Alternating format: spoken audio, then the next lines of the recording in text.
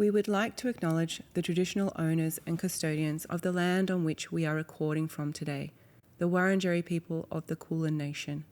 We acknowledge that this land was never ceded under colonisation and pay our respects to elders past, present and emerging.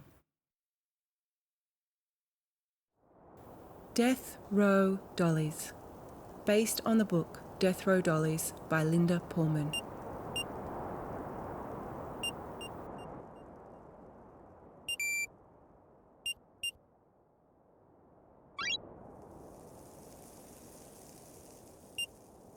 The dollies are hungry. They are awakening. I have a desire to control them, to dissect them, but if I examine them under this fluorescence, their souls shy away from me. I had a feeling they would be a bit dim. I'm a little embarrassed. I thought they would be a bit stupid. I thought, what would drive women from society to get involved with men who had done these terrible things? Not just robbing a petrol station. They've done horrendous things. I need to turn down the lights, to give myself a grace through which to see them.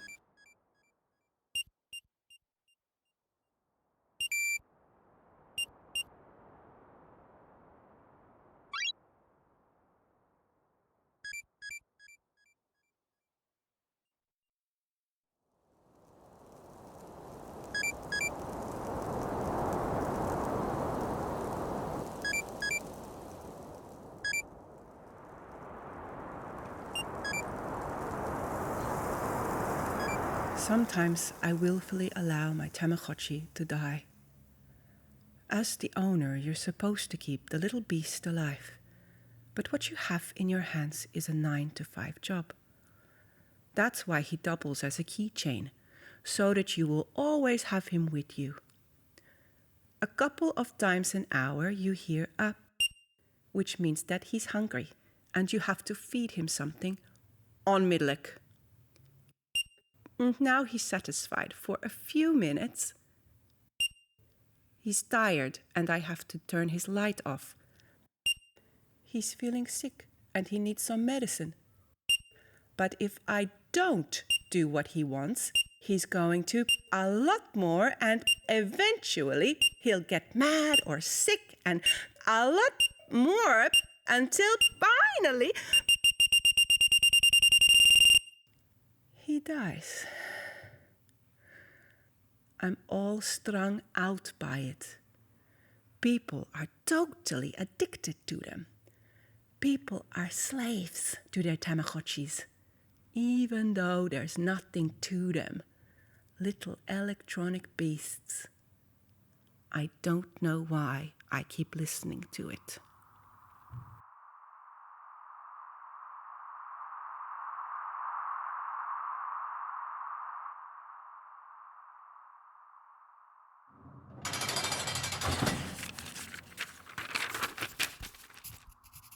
I'd really like to write to someone who takes me for who I am and not what I've been accused of.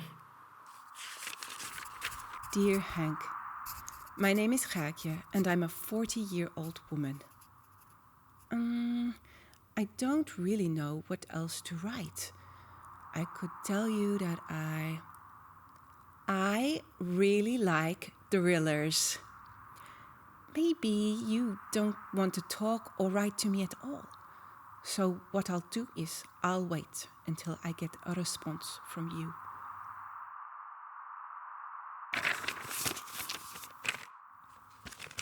Dear Gucci, I'm just going to go ahead and call you Gucci because I have no idea how to say your name.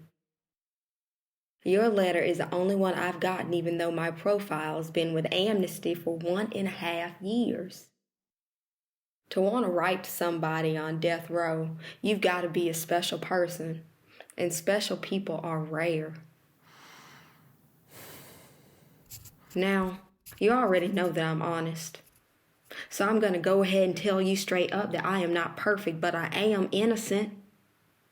You see, in Texas, it's totally normal for innocent people to be on death row because the legal system is fucked.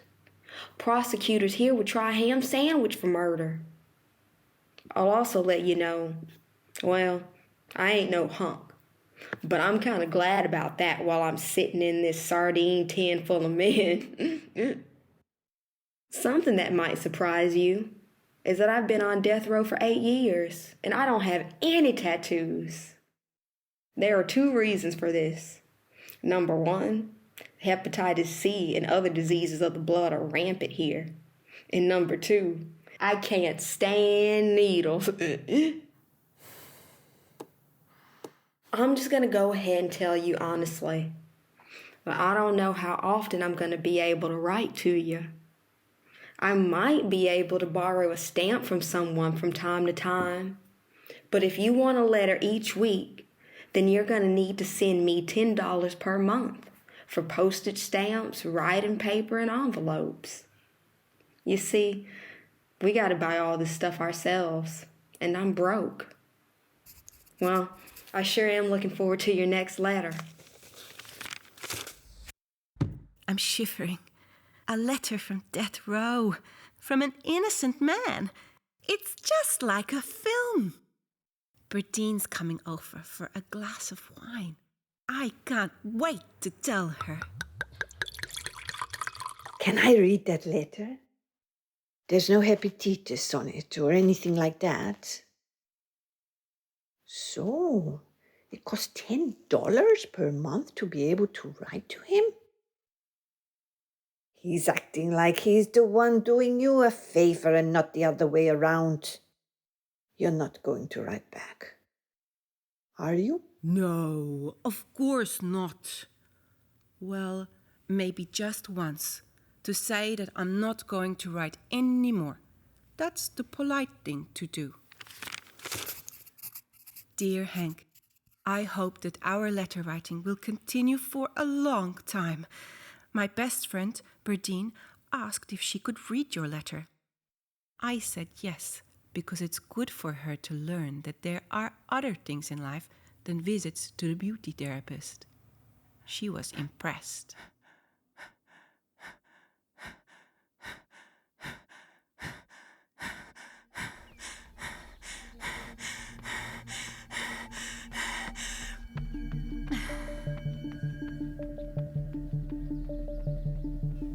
I think there is an element of 2 damaged children searching each other out in this relationship that they have. Yes, if I think back to how it started, to what she told me in our first session. I was about to turn 40 and I felt old and ugly, a loser.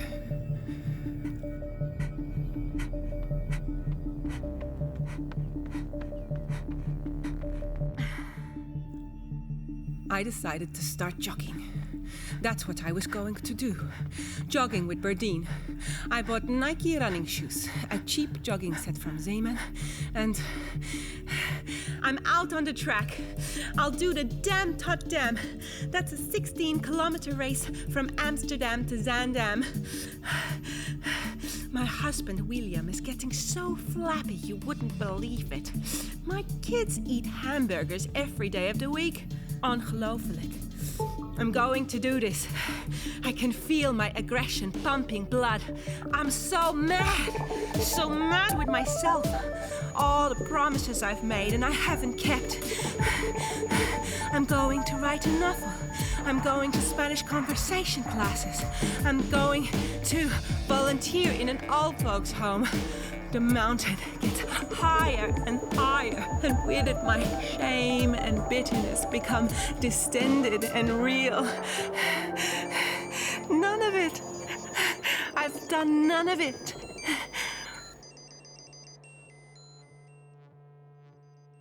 But I'm going to jog.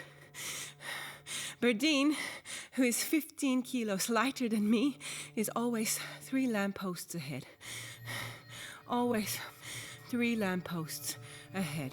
You're doing great. It feels good, too.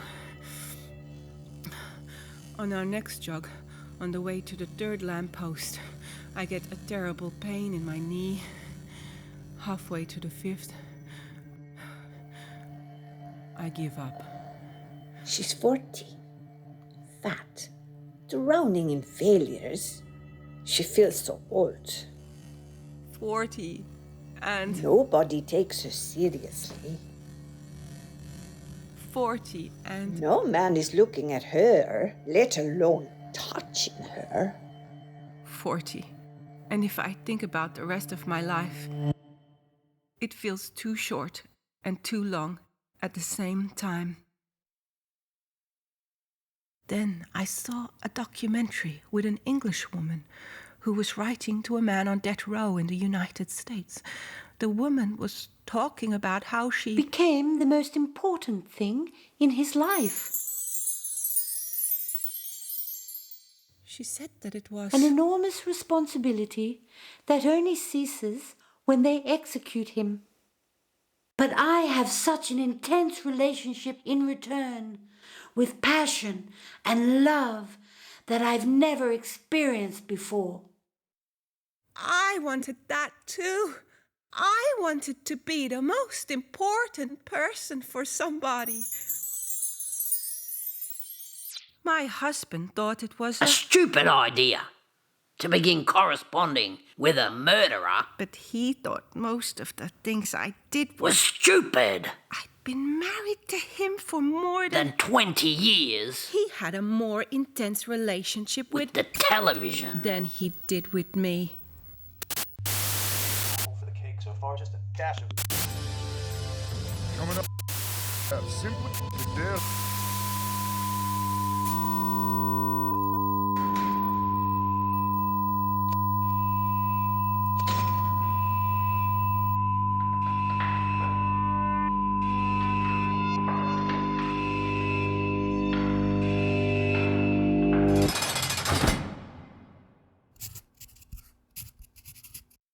Do you know for sure that you're innocent? Not that it makes any difference to me, you know. I think that everyone has a right to a second chance, and I'm against the death penalty, and I'm writing to you because I want to be supportive. Dear Gucci, they are saying that I killed my foster parents, but that is a lie. If you really want to know what happened, then you need to come and visit me. Then I'll tell you everything. I'm waiting for you. Come to Texas. Ik durf niet eens in mijn eentje met lijn 1 naar Leidseplein.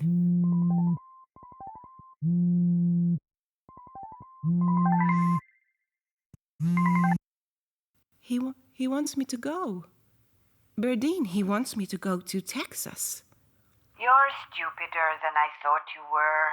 He needs me. He's manipulating you. He doesn't love you.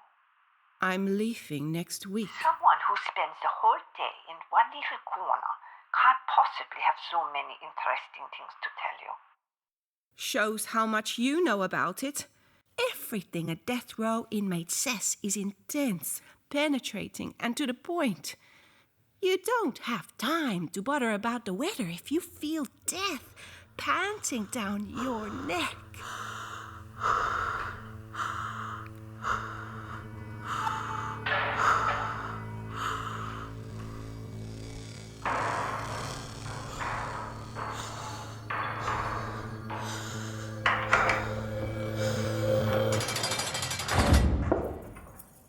So then she went to meet him. She flew to Texas. I can imagine it.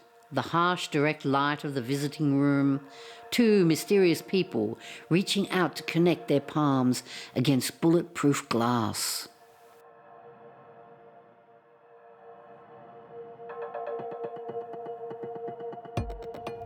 The difficulty for me would be constantly trying to figure out where the truth is. He'd been inside for 13 years.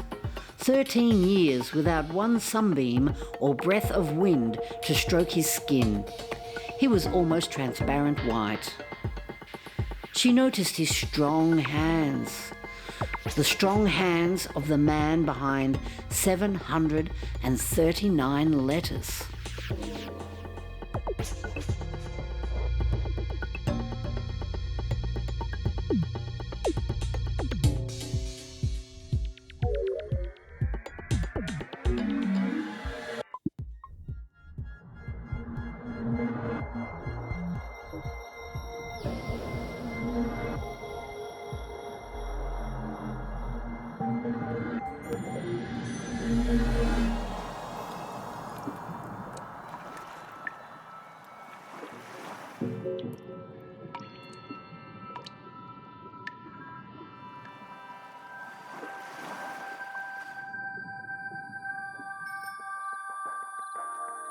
Horrible. Texas is horrible. All these obese people around who freely hand out the death penalty, but who don't have a grain of culture to rub between them. Rodeos with sleazy guys who wrestle with balls. On top of that, you have to listen to that terrible country music all day long. I only come here for Forrest. If he wasn't here, I would never come to Texas again. What is this even? Bible verses on the wall in the motel. Whoever sheds the blood of man, by man shall his blood be shed, for God made man in his own image. Huh, great. Fucking great. Wijntje? Oh yes, top me up. Where'd y'all say you're from? Holland. And Renata is from Ireland. England. How'd y'all end up in a dead-end Motel 6 like this one? I'm here to visit my husband on death row. You're what now? I said I'm here to visit my husband on death row. Isn't that dangerous? Sometimes. I'm terrified, but thankfully he's in a cage. All men should be in cages. I've been married 3 times, and all 3 of them like to use me as a punching bag. Marry someone on death row. They are ideal men. They can't hit you. You don't have to suffer them snoring. And they pick up their own dirty socks and underpants from the floor. I really mean it. They are ideal men. They can't touch anything other than your heart. A man on death row has to seduce you with his letters. He has to keep you enchanted. Actually, all men should spend a bit of time on death row. They become so much more woman-friendly. Yes, in the end they are going to be executed, but that's the bitter pill you have to swallow. All men have to die sometime. How did it all start? I saw a documentary in which an English woman was writing to a man on death row in the United States. We all saw the same one. With that English woman who wrote to a death row inmate. She became the most important thing in his life.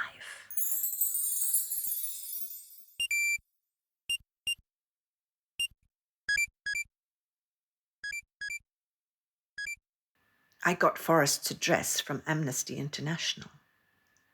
An inmate on death row doesn't have any time to lose.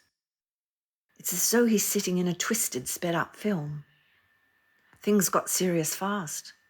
After 6 months, I'd booked a trip to Texas. He was waiting for me behind glass in the visitor's room with a grin from ear to ear. "This is my queen," he said. Oh, my heart melted. My knees did too. He killed his neighbour, had 55 tattoos, and biceps with a circumference of 48 centimetres. What do you do with him? Listen and understand. Forrest is different to all the other men on death row. He's guilty. That's where it starts. It's like this. On death row, there aren't many people who will honestly admit that they did it. Forrest can't exactly do anything else because it was his teeth marks left in the body of his 80-year-old neighbor, and his clothing was soaked with the blood from her slit throat. And then there's the whole thing with the old lady. The old lady? The old lady had also been, raped. But that moment in the series of events of the night is something Forrest can't remember. That's understandable. He was drunk and high. A don't understand. He sees everything. When I walk into the visiting area, he looks at me with his big dark eyes and says, Nice lipstick. New color? or Did you lose weight? he never forgets to compliment me. You're beautiful. I'd kill for you. You know I would, Sugar Muffin. It's because I know you. Otherwise, I'd find it scary to hear someone on death row say that. Don't you think that your big daddy would put a bullet in some guy's skull just for you? I would, baby doll. I'd pop the next guy that walked along that sidewalk if he looked at you funny. 'Cause I love you. Yes, I do. I like your storytelling. You like it when I tell you all the details. I do. It gives me something to dream about at night. We always have such a good time together. I get a warm feeling in my tummy when he speaks to me.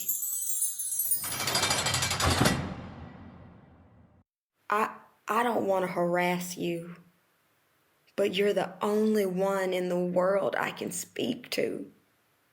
In a couple of days, they're going to execute one of us. They've already taken the victim to death watch.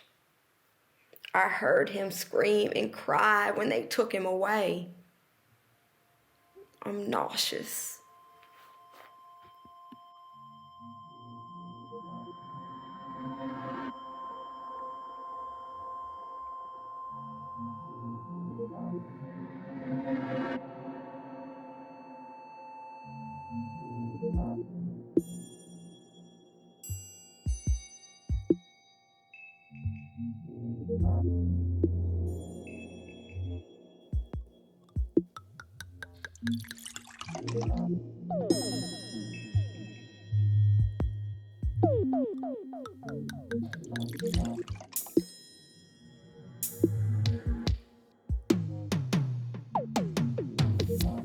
Let me help you. Your mascara is wrong. Do you want some help taking your curlers out? We'll be late. No, you can't wear that. The wardens won't let you in. The man is deprived. He needs to see some cleavage. Look, you wear it like this. Then, when you're sitting down, you wiggle it. You wiggle it down a bit. There, like that. How about me? Do I look okay? This is all a bit much. At home, I wear the same old t-shirt every day. But I do it for him.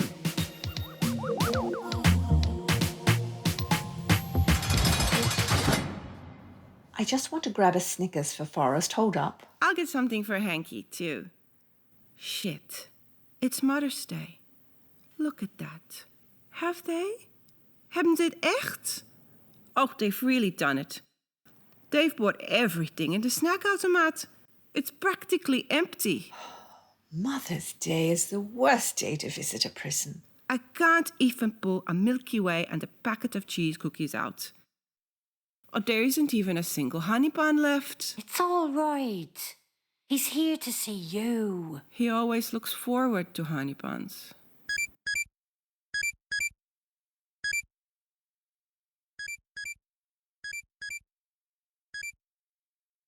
Hank can't hide his disappointment.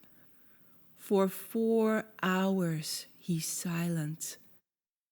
After 14 years on death row, his world has become tiny. The smallest things have become insurmountable.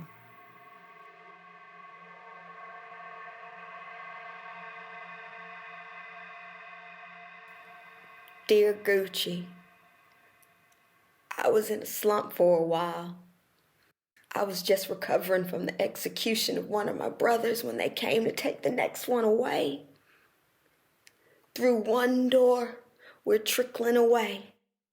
Through the other door, new inmates are constantly appearing. There always seems to be screamers. In here, it's 24/7 deafening noise. Everything is made of concrete. Even if you whisper, the noise is thrown back and forth through the building for an eternity. Not that anyone in here whispers. Everyone howls. Hour after hour of monologues, their life stories about cars, women, weapons. One screaming racist text day in and out, another one cries verses from the Bible, and another the Quran, all entirely memorized. Yesterday, someone was screaming about the hairy beast that crawled around in his blood.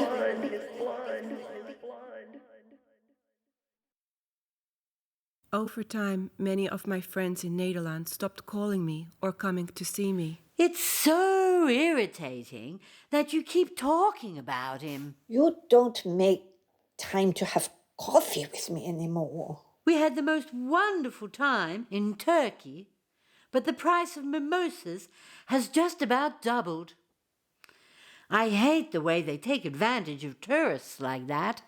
Are you listening? Are you even listening to me? Are you even listening? Are you even listening to me? Stop talking about that guy.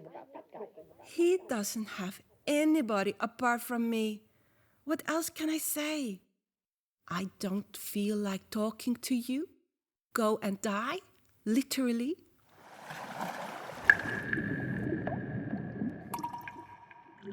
Were you even listening?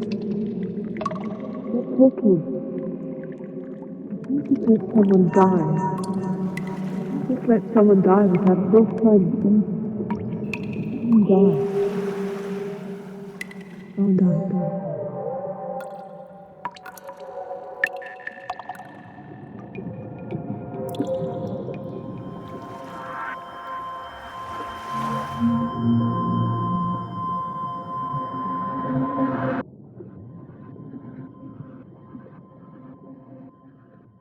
Tears are a part of life when you love an inmate on death row.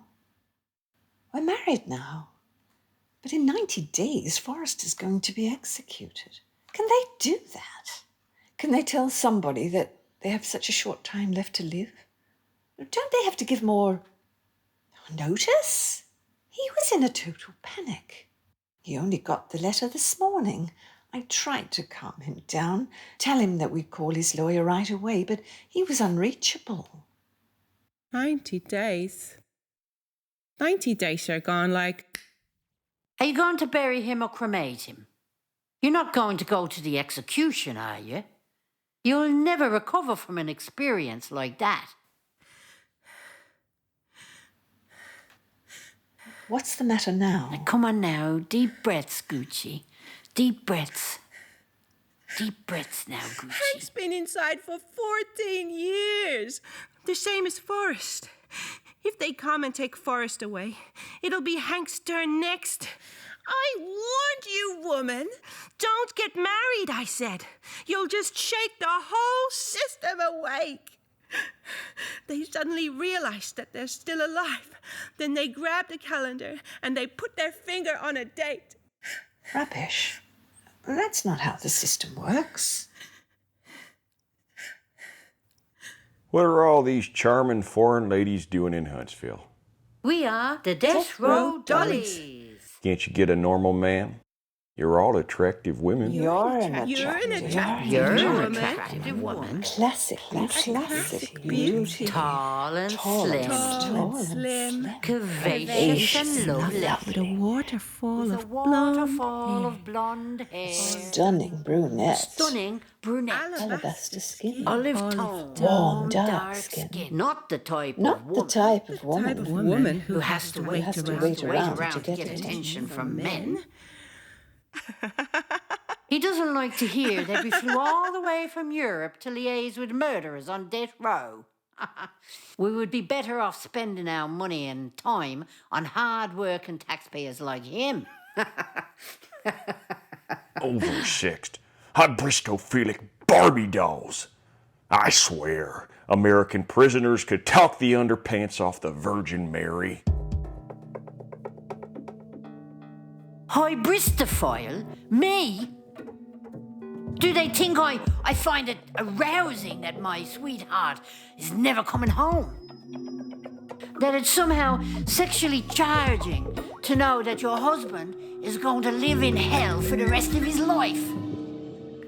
I get a chronic stomachache from the idea and a pain in my heart. I'm not insane. I'm in love. Some experts compare us to female chimpanzees, who also have a preference of pairing with larger, more aggressive men.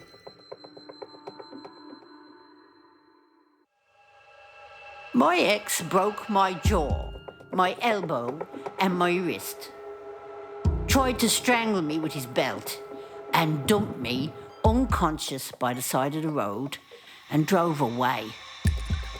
My current husband is on death row, but he treats me like a princess. They have the instincts of pure masculinity. I want a man like this for protection. I can save him. I'll be the heroine. I can be your hero, baby. It's us against the world, ladies! A lonely individual. He stabbed a 68-year-old widow and her 4-year-old granddaughter and had sex with their bodies.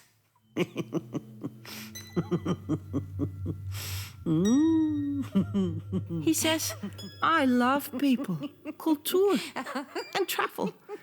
But for a while now, I haven't been living in the community. The man who tortured 11 victims. Loves poetry and Star Trek. He hacked his mother to pieces. He bashed a man to death and robbed his house. He bashed a man to death and robbed his house. He bashed a man to death and robbed his house. He loves puppies.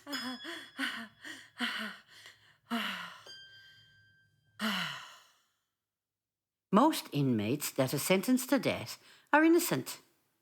That's just how it is. It's a fact. I saw it on the Discovery Channel.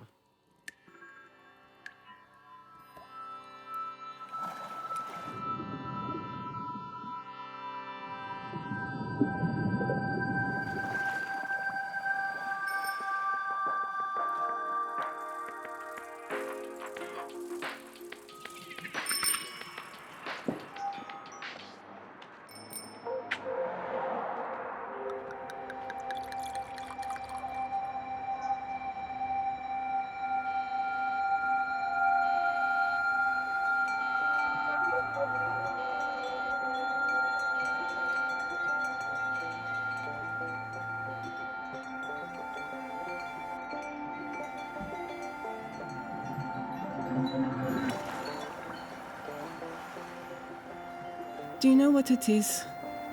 If you don't send them enough money for soap, shampoo and toothpaste, they'll die from the dental infections. If you don't send them enough money for vitamins and cans of tuna, they die from scurvy. If you don't send them enough money for paintbrushes, they die from the boredom. Somewhere along the line, Hank became a sort of Tamagotchi. Something is wrong with the chemicals being used in the lethal injections. Did you read this article today? Due to a boycott from European pharmaceutical companies, all deliveries to death row in America have been stopped. Prison directors are having to hustle local American pharmacies to develop new chemicals by themselves. Blah, blah, blah. They're a lot less effective than the drugs from Europe, and the prisoners can expect a long and a painful death. Some states have decided to replace the lethal injection with a firing squad. The upside, if you aim well, the organs remain usable for harvesting. I'm going to be sick. It's D.A. Johnny Holmes all over again. They're all like him. Do you mean that Joker? He said inmates on death row are lucky to join the Silver Needle Society. Did you know he was responsible for over 200 executions? He gave lifelong imprisonment to a 25-year-old man who sold a joint to a 16-year-old. He says, kill them all and let God sort them out. Yeah, that's right. That's what he sounds like. I believe in the death penalty. Not because it's a deterrent, but because it's a retaliation. Plain and simple. It's not the most brutal murderers who get the death penalty, but the ones with the worst lawyers. RBG.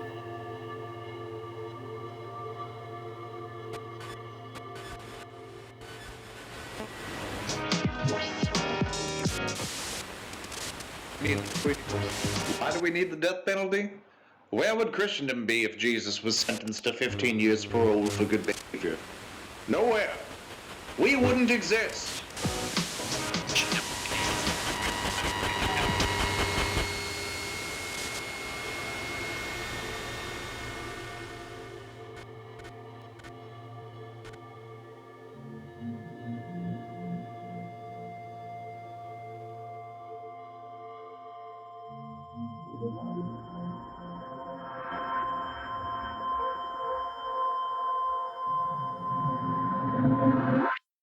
It started to become more popular.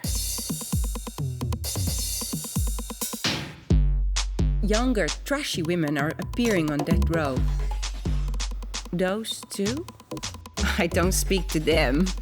They are only after the creeps and the white supremacists. They're amateurs. Death row divas. 1 meter, 93 centimeters of pure chocolate. Wait a second. I've caught the big one. Sorry, ladies. Lol. I swear it. When I tore open the envelope and saw his photo, I fainted. My knees literally gave way. It was as though the Holy Ghost had knocked me to the ground. 105 kilos, 1.95 meters. Biceps, stop already. It's like all too much. He's also funny. He's got both feet on the ground. He's intelligent and always positive. I love this man. I love this man. I love this man. Oh, excuse me while I wipe the drool from my chin. They sniff around death row like it's a candy store you enter just to find something tasty. I can't think about him and drive at the same time. Seriously, I already drove into a pole once. A pole! There's a potential murderer in everyone, yeah? They snatch them in like they're toys, and then they throw them into the corner when they're done. They are so naive. In America, shooting each other is like a hobby, right?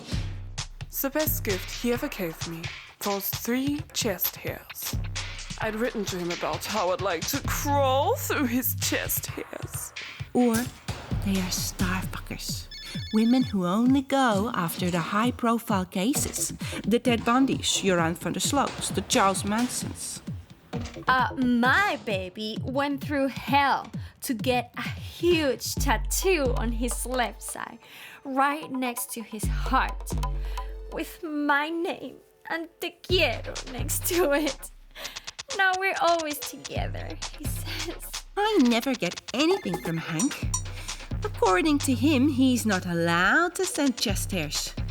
Do you want me to risk getting into trouble? He asks. Yes, I think. I do, eigenlijk. Yoo-hoo, Hanky! What have you done? You haven't written to me for 2 weeks. For $240, you should be able to buy a stamp. Are you cheating on me? Be careful, because I get really jealous.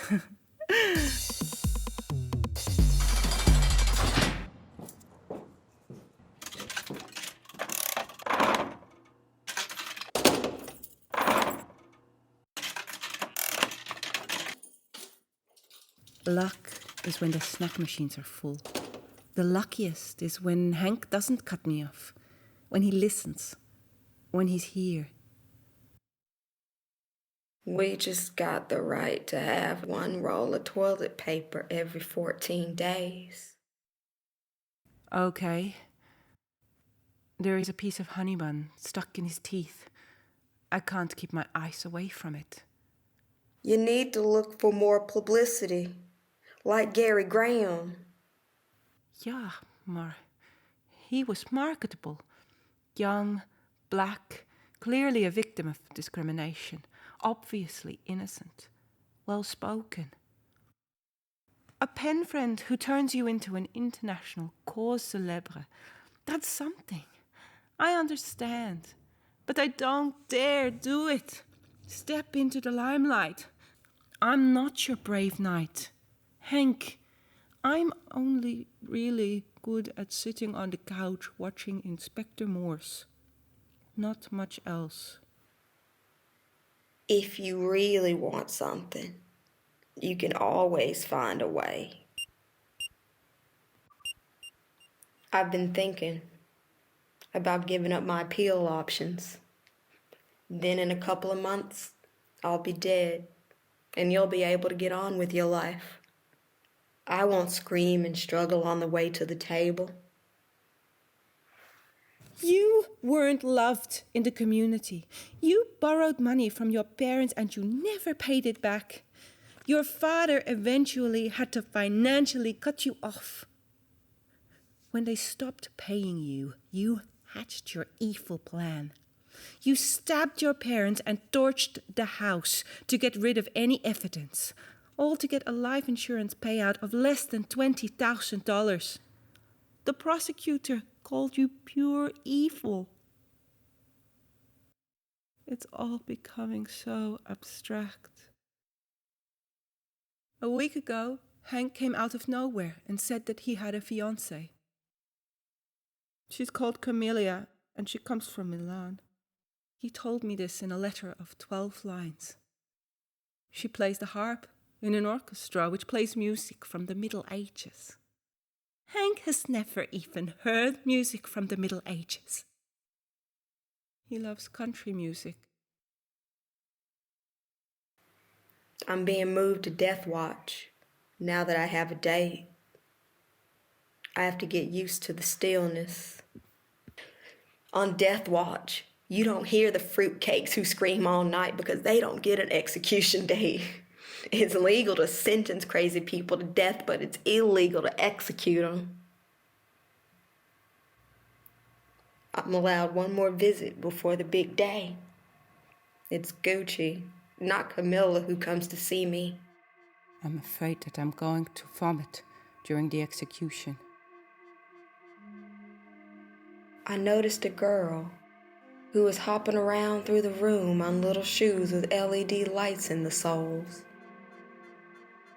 The lights blinked and flashed with every jump. I'd never seen shoes like that before. It was the last nice thing that happened in my life.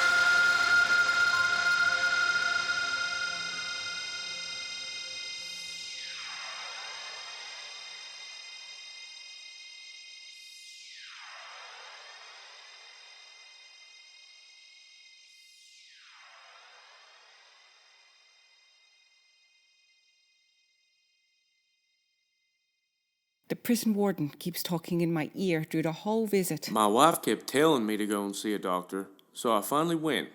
It turned out that I had a tumor in my aorta with a diameter of 4 centimeters, the size of a baseball. I could see Johnny Bench pitching that thing.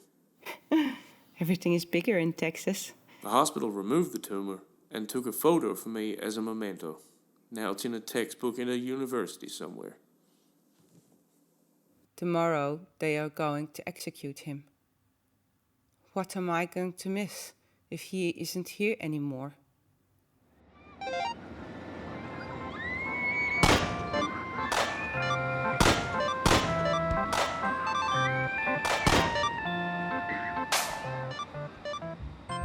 After her last visit with Hank, Gucci goes to a large barn. She's walking past and she hears the music, so she goes inside.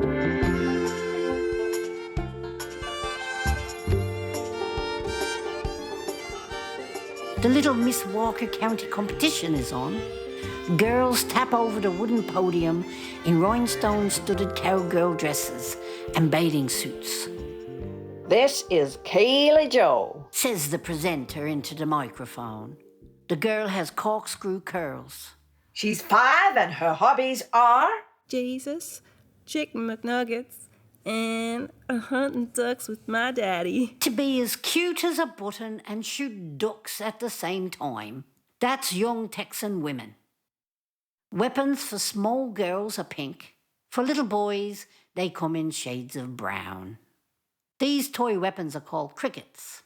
When a 5-year-old shot his 2-year-old sister dead and a 4-year-old killed his 6-year-old friend, the fingers were not pointing towards the right to bear arms. No, but to the parents. They'd better teach their children how to handle guns.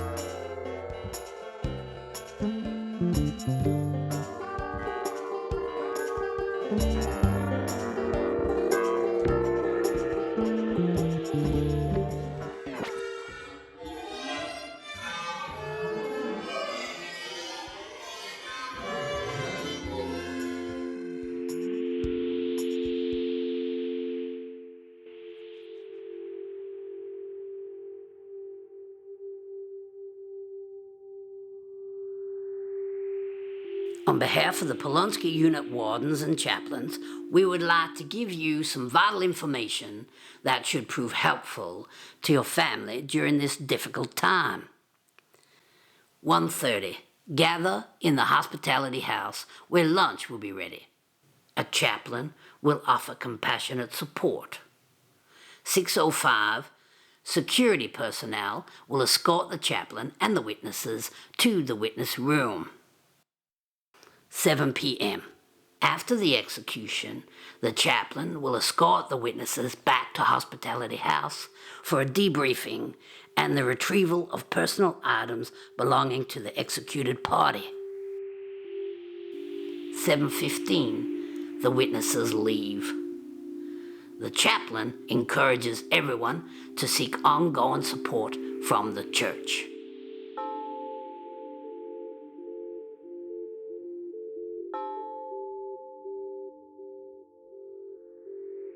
I ask her if she went to the execution.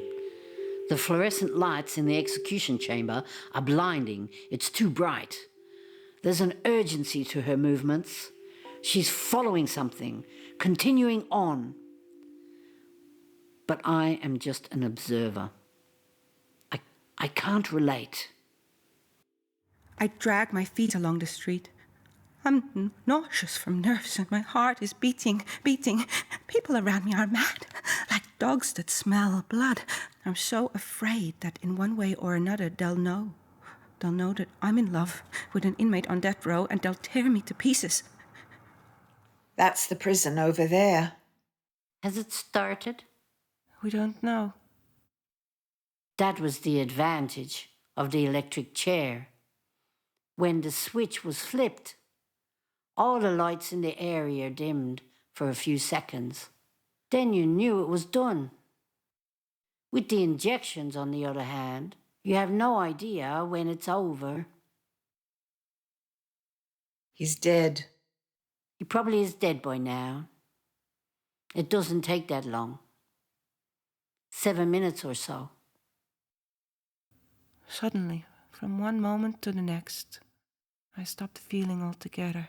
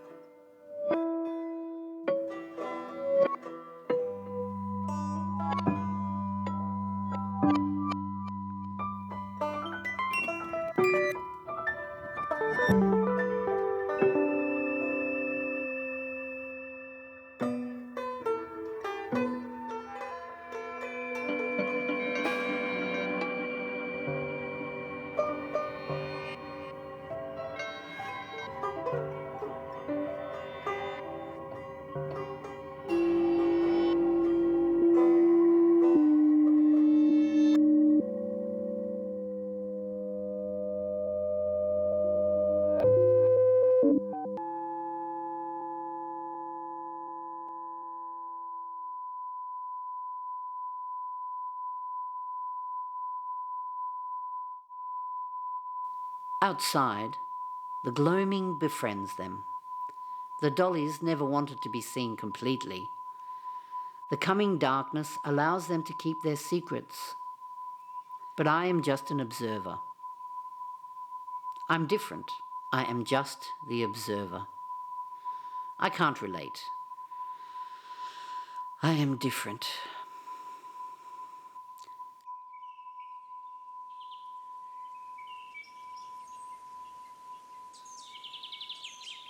The forest around Lake Livingston rustles with birds, squirrels, deer, and turkeys. Ducks glide by in groups of 2 or 3, and beneath the dark surface of the water swim bass and alligators. Nomadic seniors are parking their motorhomes at leafy campsites on the banks where Texan Lone Star flags flutter. The oldies gather outside a bar 200 meters away from death row.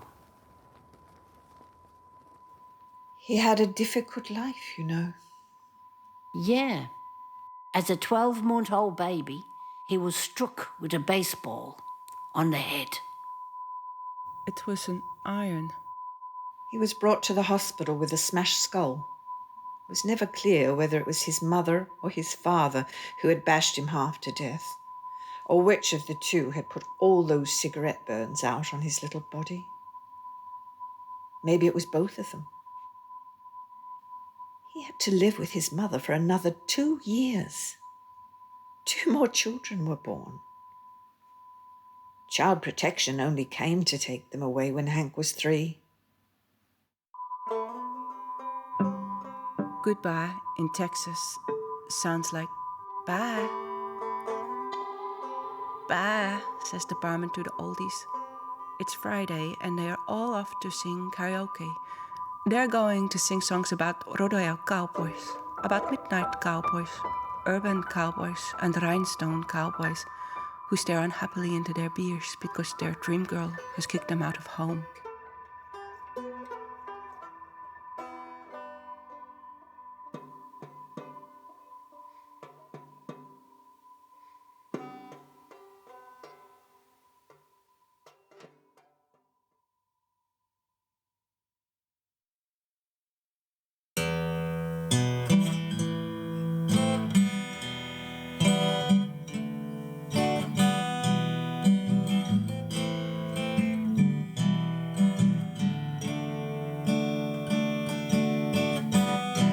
The time has come to let you go.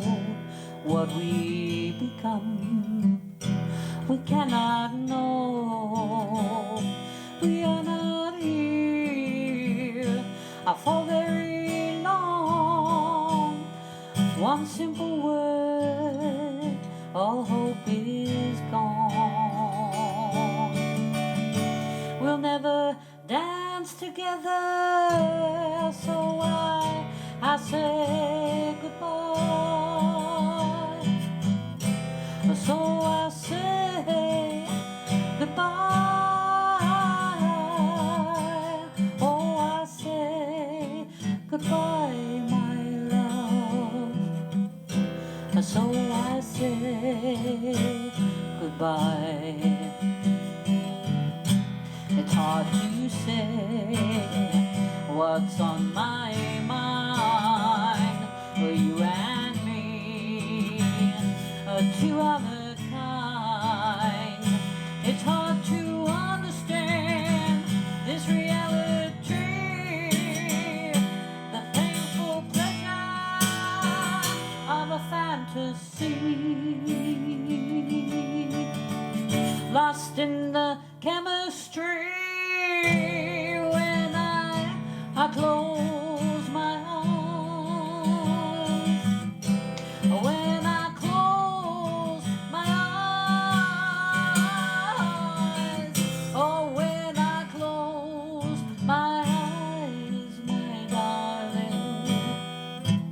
When I close my eyes, I cry myself to sleep, longing to be held. I cry myself to sleep, longing to be loved. I cry myself to sleep, longing to be held. I cry myself to sleep, longing to be loved. We'll never move together, so I say goodbye. So I say goodbye. Oh, I say goodbye, my love. So I say goodbye. Help me to say goodbye. Oh, help me to say goodbye. Help me to say goodbye, my darling. Help me to say goodbye. Help me to say goodbye. Help me to say goodbye. Help me to say goodbye.